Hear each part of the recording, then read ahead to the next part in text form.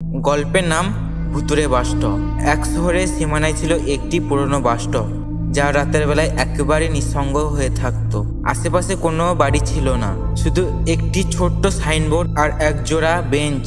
গ্রামের লোকেরা বলতো এই বাস স্টপের সঙ্গে কিছু অদ্ভুত সম্পর্ক ছিল। রাতে প্রায় সপ্তাহে কিছু লোক এই বাস স্টপে দাঁড়িয়ে থাকতো। তাদের অধিকাংশই চেহারা সাফ দেখা যেত না, যেন তারা মুছে যাওয়া কোনো মূর্তি। যাদের গা ছমছম করতো না, তারা হয়তো কখনো বুঝতো না, কিন্তু যারা একবার সেখানে দাঁড়িয়েছে তাদের আর ফিরে আসার উপায় থাকতো না। রায়ান, এক তরুণ, শহরের বাইরে এলাকা থেকে আসা, এইসব গল্প শুনে খুব কৌতূহলী হয়ে উঠল। সে ঠিক করলো সে এক রাতের জন্য বাস স্টপটি দেখবে এবং জানবে এর গল্পের কোনো সত্যতা আছে কি না। এক রাতে আকাশে মেঘ ছিল এবং চাঁদ আড়ালে ছিল। রায়ান বাস স্টপের দিকে রওনা হলো।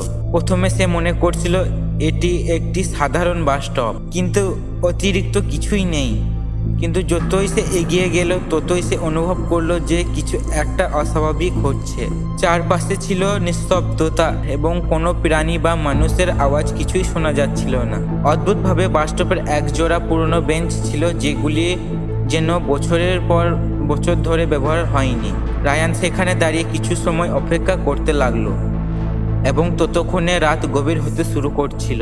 আর চমকা হালকা একটা টুকটুক করে শব্দ শোনা গেল, যেন কেউ আসছে। প্রথমে সে ভাবলো হয়তো বাস আসছে, কিন্তু যখন সে তাকালো, সে দেখলো যে রাস্তায় কোনো বাস নেই। তখনই তার চোখে পড়লো কিছু অদ্ভুত রূপ। কয়েকজন অল্প বয়সী মানুষ বাস স্টপের দিকে হাঁটতে হাঁটতে আসছে, কিন্তু তারা একে অপরের দিকে তাকাচ্ছিল না, যেন তারা একের অপরের অস্তিত্বই অনুভব করছিল না।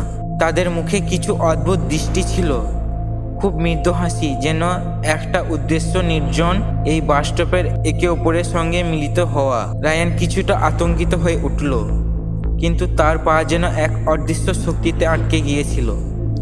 এমন সময় এক পুরুষের কণ্ঠ শোনা গেল, তুমি এখানে কেন? এখানে তো আর কেউ ফিরে যায় না। রায়ান ঘুরে তাকিয়ে দেখলো এক বৃদ্ধ লোক দাঁড়িয়ে ছিল।